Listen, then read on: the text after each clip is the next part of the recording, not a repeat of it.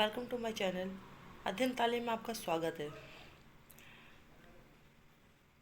CTET paper 1 और 2 को qualified करने के लिए हमें किस किस तरह से तैयारी करनी चाहिए, क्या क्या स्ट्रेटेजी बनानी चाहिए और कैसे पढ़ना चाहिए।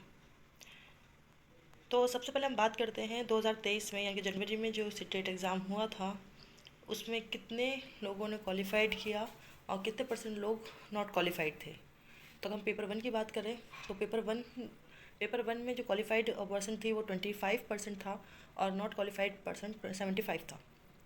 और पेपर 2 में भी 5 से 10% क्वालिफाइड थे और 90 से 95% नॉट क्वालिफाइड थे। तो ये आंकड़ा आपको बताता है कि किस तरह से लोग तैयारी करते हैं, जिसकी वजह से उन्हें एग्ज़ाम क्लियर करने में दिक्कत होती है। और सिर्फ 25% और 5 to 10% ही लोग पेपर 1 और 2 को क्रैक कर पाते हैं।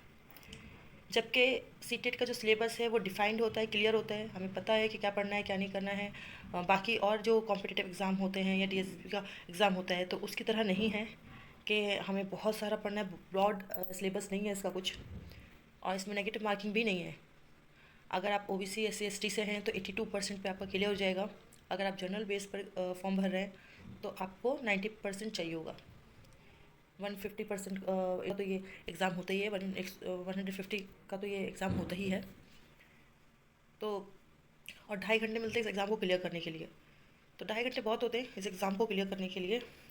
बस आपको क्या करना, तो आपको किस तरह से सीटेट के एग्ज़ाम को क्वालिफाइड करने के लिए तैयारी करनी चाहिए, उसके लिए आपको क्या करना है और क्या नहीं करना, आज हम इस वीडियो में जान रहे हैं। तो क्या करना चाहिए आपको, पहले प्रीवियस ईयर के जो क्वेश्चन पेपर्स हैं 2018 से लेकर के अब तक के, आपको उनकी प्रैक्टिस करनी चाहिए। एनसीईआरटी की बुक 1st to 5th अगर आप पेपर 1 दे रहे हैं, और अगर पेपर 2 दे रहे हैं तो 6, 7, 8 आपको वो पढ़ना है।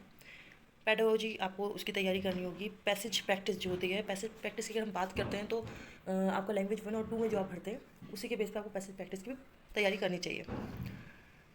और हमें क्या नहीं करना चाहिए, हमें ग्रामर पर ज़्यादा फोकस नहीं करना चाहिए। ग्रामर से 3 से 4 क्वेश्चन ही आते हैं और ज़्यादा क्वेश्चन आते नहीं हैं। और रोट लर्निंग, आपको रट्टा मार के नहीं जाना है, आपको ये समझ के जाना होगा। पेडागोजी को आप रट्टा मार के जाकर के वहाँ एग्ज़ाम नहीं दे सकते, आपको उसको समझना पड़ेगा और फिर एग्ज़ाम दे सकते हैं आप।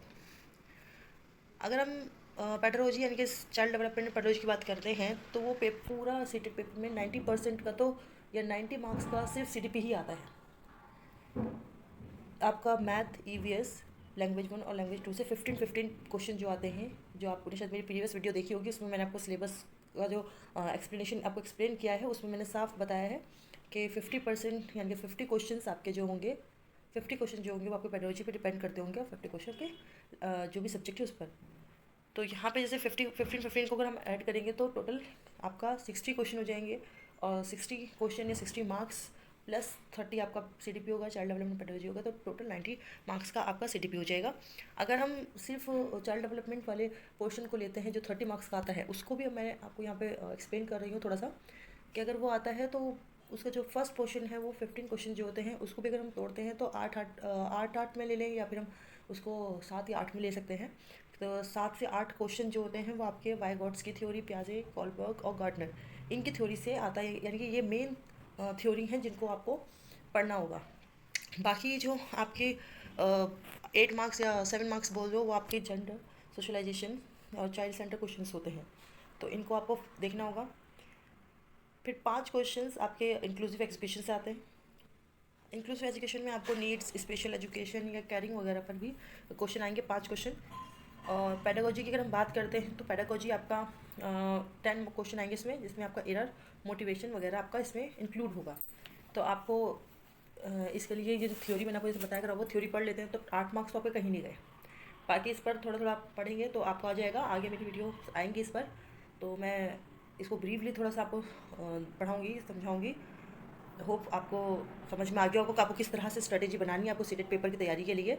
अगर वीडियो आपको अच्छी लगी हो तो लाइक करिए, शेयर करिए, सब्सक्राइब करिए। Thank you.